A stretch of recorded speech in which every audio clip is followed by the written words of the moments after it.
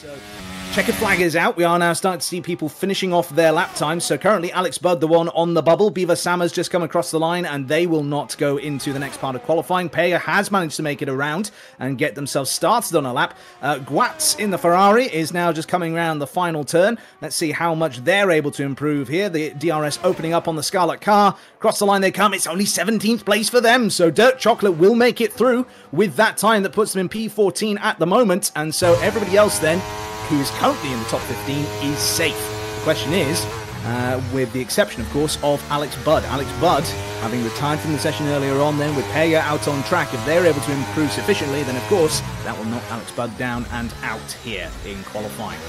Well, I tell you what, he's very bold, he's very brave here, Dan. He's on medium tyres, Peja. He's going to try and hook up a lap on mediums. He is now set at 24.1 in Sector 1, 25.9 in Sector 2. He needs to put in a massive lap here this time. We're in extra time. One last chance to dance. Can he get out of the bottom 5? What a lap from Peja on medium tyres. A 1:15.640. Relegates Alex Budd in P16. He thought he was safe. He certainly isn't. Peja in 7th. Dirt Chocolate through to Q2 by the skin of his teeth. And B-Roy, 11th fastest now as we see Al Taco Man. He's now effectively finished. He is now in checkered flag territory and he's in P10. It's not necessarily safe.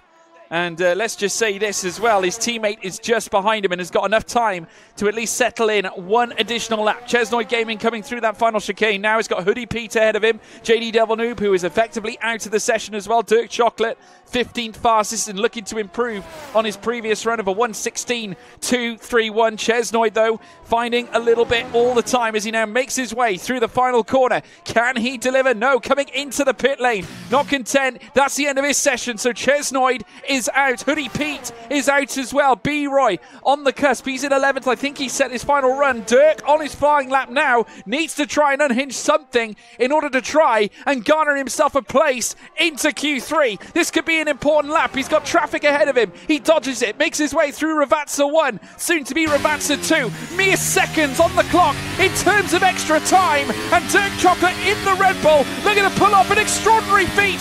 No, he can't. 15th fastest and the only car in the 1:16s. Coming through Ravazza 2, up towards the line, and just behind them will be, of course, Mitchie Hoyer.